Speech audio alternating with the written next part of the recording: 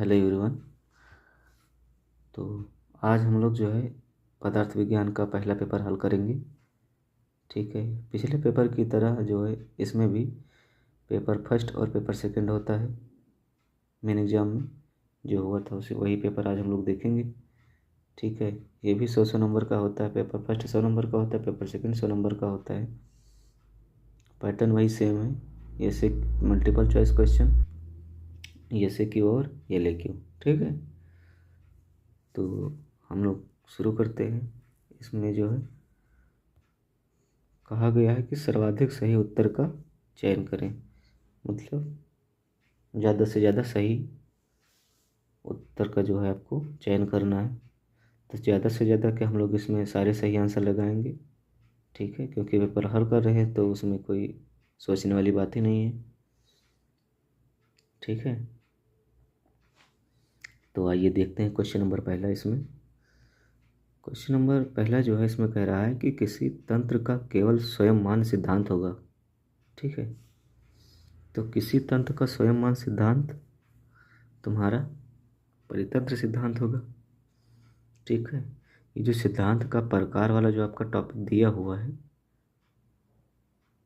ठीक है, पहले पहले चैप्टर में पेज नंबर 4 पे, तो वहीं से लिया गया है क्वेश्चन। तो पहले का बी आंसर हो जाएगा। ठीक है, दूसरा कह रहा है आयुर्वेदा अनुसार पदार्थों का क्रम है। ठीक है, तो आयुर्वेदा के अनुसार पदार्थों का क्या क्रम है, पहला देखते हैं। इसमें द्रव्य गुण कर्म सामान्य विशेष समवाय। ठीक है, तो आयुर्वेदा अनुसार पदार्थों का यही क्रम है, और चरक में इसका क्रम कुछ थोड़ा इधर उधर हो गया है। ठीक है, जब चरक बुक आप पढ़ेंगे तो उसमें बताया गया है, तो आप वहाँ देख सकते हैं, पहले या दूसरे चैप्टर में है। ठीक है, तीसरा क्वेश्चन जो है वो कह रहा है कि एक शरीर के निष्क्रमण एवं दूसरे शरीर में प्रवेश किसका होता है। तो 2 मिनट सोचेंगे आप, क्या होगा इसका आंसर। इसका आंसर जो है ये हो जाएगा जीवात्मा, क्योंकि आत्मा ही है जो कि एक शरीर से दूसरे शरीर में प्रवेश करती है। ठीक है, चौथा क्वेश्चन देखते हैं। तो तीसरे का ये हो गया। ठीक है, चौथा क्वेश्चन देखते हैं। इसमें कह रहा है कि प्रशस्त पाद के अनुसार गुणों की संख्या। तो प्रशस्त पाद के अनुसार गुणों की संख्या कितनी है, 24 है। ठीक, 5 नंबर का क्वेश्चन इसमें कह रहा है कि संयोग एवं विभाग में निरपेक्ष स्वतंत्र कारण होता है। ठीक है, तो स्वतंत्र कारण कर्म में होता है। ठीक है, फिर 6 नंबर का क्वेश्चन जो है वो कह रहा है तुल्यार्थता किसका लक्षण है। तो तुल्यार्थता तुम्हारा सामान्य का लक्षण है, तो 6 का डी हो जाएगा। ठीक है, 7 नंबर के क्वेश्चन में हम लोग देखते हैं। इसमें कह रहा है कि वात वृद्धि में तेल का प्रयोग द्वारा प्रयोग द्वारा वात का समान होता है। वात वृद्धि में तेल का प्रयोग द्वारा वात का समान होता है। तो इसमें पूछ रहा है कि इसमें क्या किसके गुण होगा, कि द्रव्य होगा, कि कर्म होगा, कि सम क्या होगा। ठीक है, तो इसमें आपका गुण विशेष होगा। ठीक है, ये गुण विशेष बतलाएगा। ठीक, 8 नंबर के क्वेश्चन में देखते हैं। 8 नंबर का क्वेश्चन जो है कह रहा है द्रव एवं द्रवत्व जाति के मध्य का संबंध है।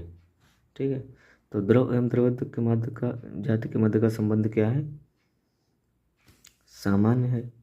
ठीक है,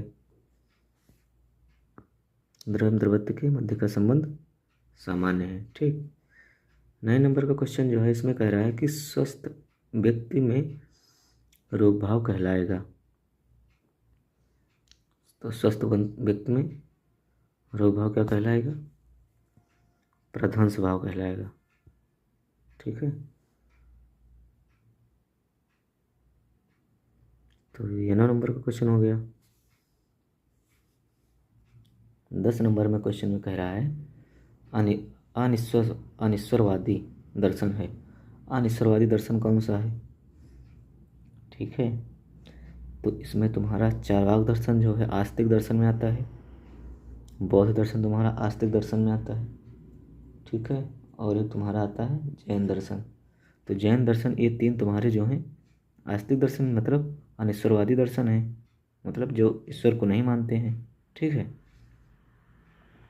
और तुम्हारा सी जो है सांख्य दर्शन जो है ईश्वर को मानता है। ठीक है, तो इस प्रकार से तुम्हारे इसमें तीनों आंसर नहीं होगा। ठीक है, ये गलत लगा हुआ है, तो इसका रेफरेंस जो है आपको पेज नंबर 25 पे मिल जाएगा। ठीक है, तो वहाँ से आप लोग देख सकते हैं।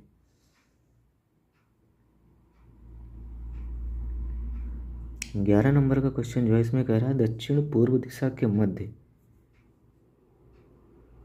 कौन सा कोण बनेगा? तो दक्षिण पूर्व दिशा के मध्य तुम्हारा आग्नेय कोण बनेगा। ठीक है, ये आपको जो है द्रव्य वाला जो आपका टॉपिक है, तो उसमें काल दिशा आत्मा मन वाला जो दिशा काल दिशा आत्मा मन 3 टॉपिक दिए हुए हैं। तो उसमें से आपका जो है मन वाला जो टॉपिक, सॉरी दिशा वाला जो टॉपिक है वहाँ से लिया गया है। ठीक, तो ये आप लोग वहाँ से देख सकते हैं।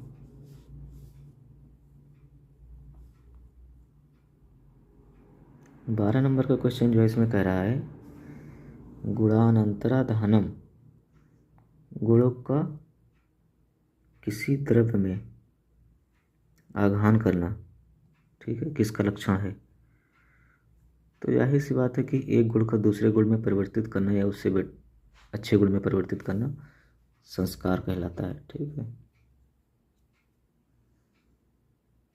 भाई, उसको संस्कारित करेंगे तभी तो जो है उसके गुण में परिवर्तन होगा।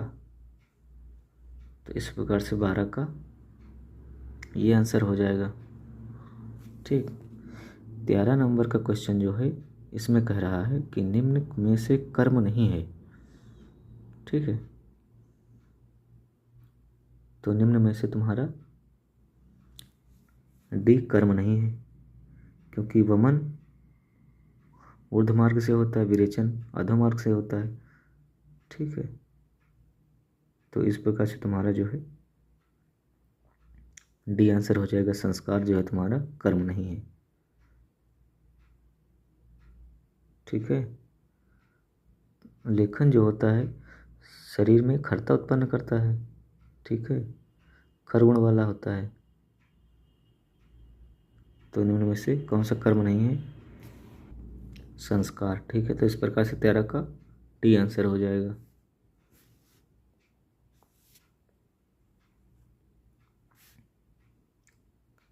चौदह नंबर का क्वेश्चन कह रहा है कि मांस माप्यते मासेन, मतलब मांस माप्यते मासेन मतलब मांस से मांस की वृद्धि होती है। तो ये आप लोगों को तुरंत पकड़ लेना चाहिए कि कहाँ का टॉपिक है और कहाँ कहाँ हम पढ़े हैं। ठीक है, ये वाला टॉपिक आपको जो है आपके अष्टांग में भी मिला है। ठीक, चरक में भी आप लोग पढ़े होंगे, सॉरी पदार्थ में है, क्योंकि आप लोग ये टॉपिक 3 जगह पढ़े हैं। ठीक है, तो इसका होता है कि मास सामान्य से सामान्य की वृद्धि होती है। ठीक, तो जो एक श्लोक दिया हुआ है आप लोग देख सकते हैं वहाँ पे, तो इसमें तुम्हारा हो जाएगा उभयवृत्ति। ठीक है, 14 का डी आंसर हो जाएगा उभयवृत्ति। ठीक है, क्योंकि इसमें है कि मतलब क्योंकि इसमें होता यह है कि जैसे मांस खाने से मांस की वृद्धि होती है। ठीक है, और रक्त पित्त व्याधि में धर्म मृग और पक्षियों के रक्त को मधु को चाटने के लिए कहा गया है। ठीक है, तो सामान्य से सामान्य की वृद्धि मतलब सामान्य गुण वाले द्रव्य लेने से सामान्य की वृद्धि होती है। ठीक है, तो इस प्रकार से इसका आंसर डी हो जाएगा 14 का। ठीक, 15 नंबर का क्वेश्चन जो है ये कह रहा है कि चिकित्सा में विशेष का उदाहरण है। ठीक है, चिकित्सा में विशेष। प्रवेह में चक्रमा मतलब टहलना। मांसक्षय में मांस का सेवन, सही है। स्थूल में वृंघण, स्थूल मतलब होता है मोटापा में वृंघण करना। ठीक है। और कफ क्षय में शयन, मतलब जब कफ की वृद्धि होती है तो उसमें शयन अर्थात सोने के लिए कहा जाता है। ठीक है।